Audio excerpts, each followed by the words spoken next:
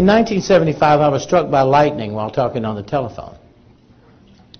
And this whole spiritual search and this whole business about spiritual reality, I come from South Carolina.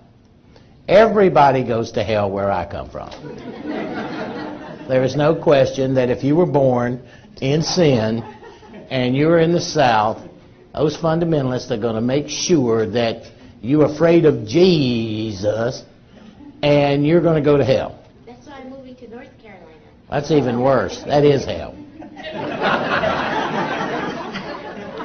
So in 1975, when I got struck by lightning, what happened in my changing perspective of time was this. What I never believed in, had no idea, no focal point, no paradigm to understand it by. A near-death experience. One day I never believed in any of this stuff. The next day I was dead. And the day after that, I became everything I never believed in. And my last 30 years has been an internal search to not if it's true, but how it works. Not whether there's a life after death, but what are the mechanisms and its purpose. Not whether there is eternal life, but the direction and intent of eternal life. Not whether there is a divine architect, or there are angels or beings of great power, presence, and potential. But who are they?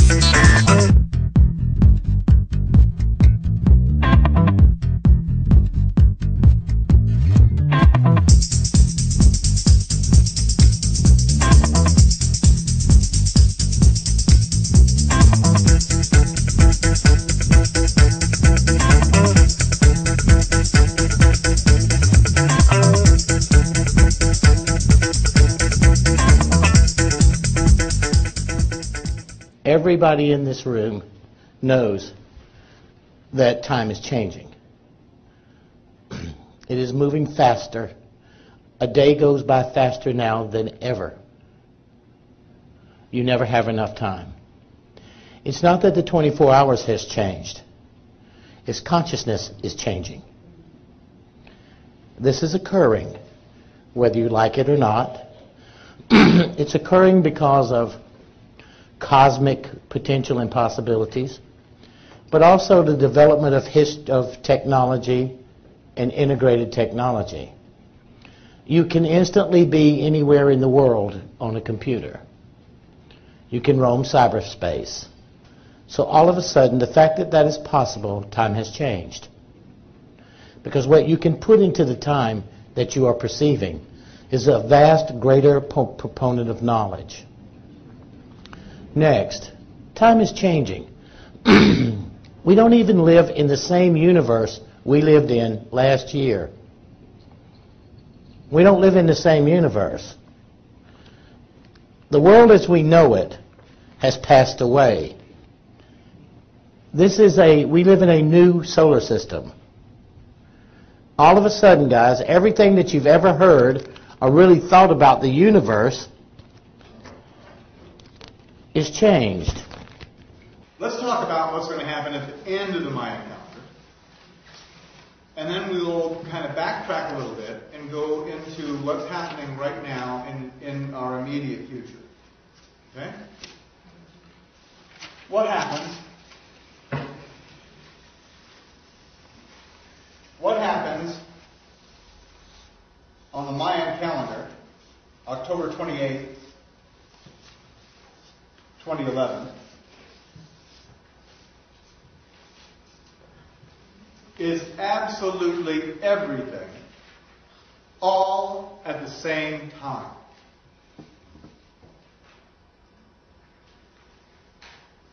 There's an acceleration of more and more of creation available in every moment. You got that? More and more of everything available in every moment. We've already looked at the past and saw all of the different, up to this point, it's all still available. And more is becoming available in every single moment.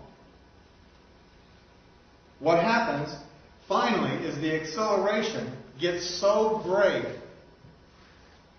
that absolutely everything, which is infinitely possible, all happens at exactly the same time.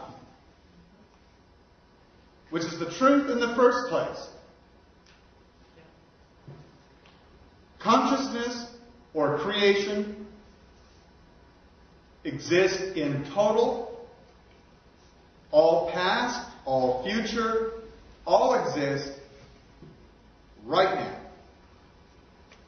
Each one of us knows somehow that there's something grander, in a sense, that there's something so much more profound about our lives. Not that each breath and each second and each one of those instances of our lives are not beautiful. They are beautiful, but we have a sense of a dynamic connection, a dynamic interaction with everything on this planet, with everything in the universe, with what we call God, what we call love. And in our hearts we know that there's some blockage, there's something going on in this human experience that prevents that knowing, that recognition, that realization of that oneness that we always talk about, that is on, every show we do, and in the opening and the closing and the flyers and the art projects. It's dedicated to the oneness.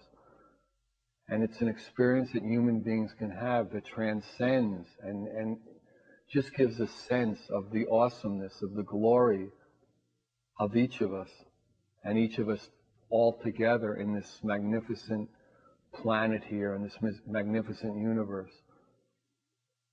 And the question is, really, how can we come on a breath-to-breath, day-to-day basis with all the stuff that's happening, with all the incredible stuff, with all the stuff that challenges us? How can we know that truth and know it on a consistent, ongoing basis? As all of this gestalt, the ultimate meaning of why we're pursuing these investigations, came to a critical mass, one number kind of floated up, and I don't mean 19.5. That was the number 2012. Because the more we delved into the geometry that we found at Cydonia, and the connections to sacred sites here on this planet, and the traditions of ancient wisdom keepers, like the Maya, like the Hopi in the American tradition, like the Celts in the European tradition, like the Egyptians, like the Polynesians, the more we see extraordinary common threads, which on the one hand are told as stories to preserve the narrative, preserve the spine of information. And on the other hand, they're told in terms of the numbers. If you start reading sacred traditions, it doesn't matter whether they're the Vedic, whether they're the Mayan, or the Egyptian, you wind up looking at the same sets of numbers over and over again. And it becomes very obvious as you get into this over years and even decades that those numbers are the key essentials And the stories which entrain and transmit the numbers are essentially the carrier wave. They're the mechanism whereby peoples all over this planet, indigenous peoples, native peoples, transmigrational peoples, have preserved the essence of these numbers because there is information in those numbers, and the information is important both to our past and, more relevant, they're important to our future.